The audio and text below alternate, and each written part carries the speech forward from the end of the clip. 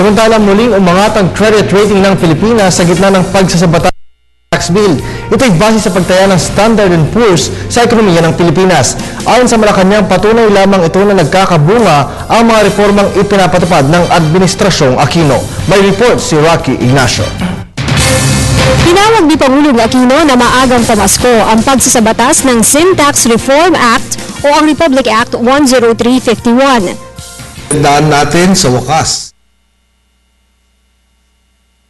Ikinalugod ng Malacanang ang pagtataas ng Standard & Poor's sa credit rating outlook sa ekonomiya ng Pilipinas. Mula ito sa BB Plus stable sa BB Plus positive.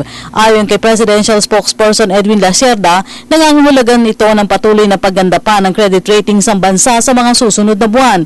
Dagdag pa ng kalihim, nararapat ang naging pagkilala ng Standard & Poor's sa Administrasyong Aquino dahil sa pagsisikap na maipatupad ang kailangang reforma kasabay ng pagpapatatag ng sitwasyong politikal at epektibong lehislatura sa bansa.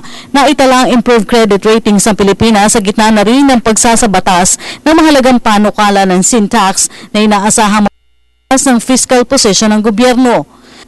Dahil dito, nakakatiyak ang taong bayan na mas lalo pang magsisikap ang Administrasyong Aquino para maibangon sa kahirapan ng bansa sa ilalim ng good governance at tuwid na daan. Samantala, isang pagkilala ang formal na ipinabot ni Pangulo Aquino sa mga overseas Filipino workers sa ugnay ng nalalapit na Kapaskuhan. Isang masayang pagsalubong ang ipinagkaloob sa kanila ng Pangulo sa kanilang pagdating sa NAIA Terminal 1. Sakay ng flights Qatar Air 646 at EK332 ang mga OFWs mula sa Middle East. Sa ilalim pa rin ito ng tinatawag na presidential salubong ng pamaskong handog sa mga overseas Filipino workers. Tatlong maswerteng OFWs ang tumanggap ng tig-100,000 pisong maagang aginaldo mula sa Pangulo. May tema na parangal at serbisyo sa OFW, hatid natin ngayong Pasko. Ang programa ay bilang tribute na rin sa kanila bilang katuwang ng gobyerno sa pagpapalakas ng ekonomiya.